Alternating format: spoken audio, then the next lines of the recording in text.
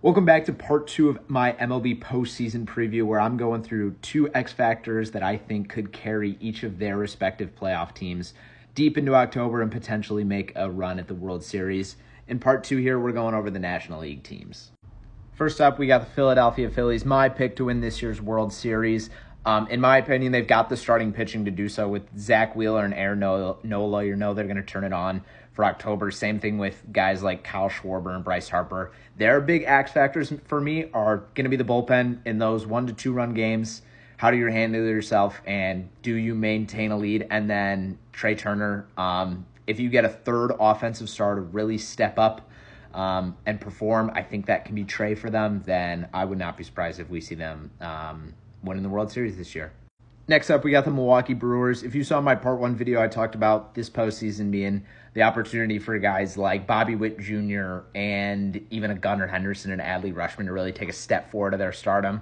For the Milwaukee Brewers, I think Jackson Chourio can really turn it on for them, be an X factor. I think Adames is great. I think Contreras is great, but they need someone to make up for the lack of Yelich production. And then on the pitching side, I have Freddie Peralta being an X factor for the Brewers. I don't think we'll see him be like a shutdown 7-inning guy, but if he can play a Zach Gallen role like last year, just give quality starts and you give your team a chance in the postseason.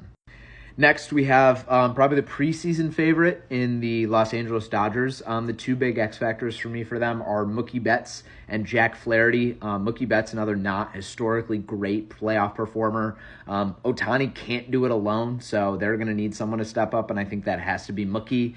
And then on the Jack Flaherty side of things, I could see him playing the Nate Eovaldi role that he played for the Rangers last year, where he's going to give you 6 innings each time he's out, and we probably see him come out of the bullpen a couple of times, but their rotation is going to have to be solid.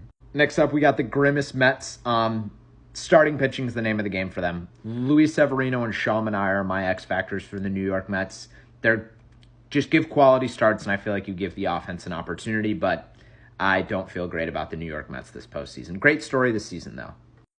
Next up, we got the San Diego Padres. One of their X factors for me is Jackson Merrill. I think just like Chourio, we could see Merrill's stock rise exponentially. He's been great in clutch situations all year long, so I'd like to see him continue that this October.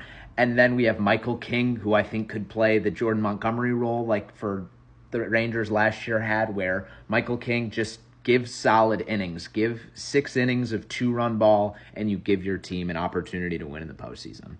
Lastly, we got the Atlanta Braves. My first X factor for them is Chris Sale. Unfortunately, he's not going to be able to pitch in the wild card, but hopefully they make it to the NLDS, because I'd love to see him pitch, and I think if they make it there, we'll see him coming out of the bullpen as well as being a starter. And then their other X factor for me has got to be Matt Olson. I think with no Ronald Acuna and no Austin Riley, I think they're going to need a solid bat in that order, and especially after a first couple of postseasons for Matt Olson at Atlanta, he's going to need to step up big time this year for them.